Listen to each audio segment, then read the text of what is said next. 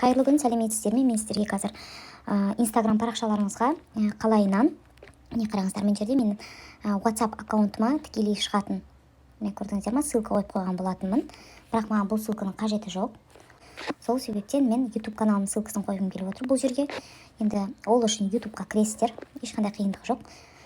YouTube каналдарыңызға кіресіздер, не қараңыздар, міне төбеде менің суретім тұр ғой, міне сол жағында мой канал дегенді басасыз. Міне менің каналымда, YouTube каналым. Және де мына төбе жағында Замира Серікбаева деп тұрған жерде міне поисктің қасында 3 кнопка тұр, 3 точка тұр. Сол 3 точканы басасыз. Басқаннан кейін міне поделиться деген сөз шығады, соны басасыз. Поделицадан кейін міне копировать ссылку. Ссылкаларыңызды, YouTube каналдарыңызда ссылканы копировать етіп алдыңыз. Енді Instagram парақшаңызға кіресіз. Кіргеннен кейін міне қараңыз, редактировать профиль деп тұр төмен жағында.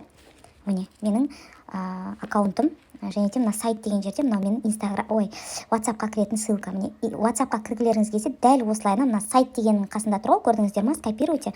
Дәл осылай жазасыздар. Бірақ плюс демейсіздер, 7701 деп осылайынан бастайсыздар, ең соңын осылайынан сызықпен бітейсіз. Көрдіңіз ғой? Сонда Инстаграмыңыздан тікелей сіздің WhatsApp-ыңызға өтетін болады. Ал маған WhatsApp-қа өтудің қажеті жоқ, маған YouTube каналым керек. Міне YouTube-тың ссылкасын салдым, готово.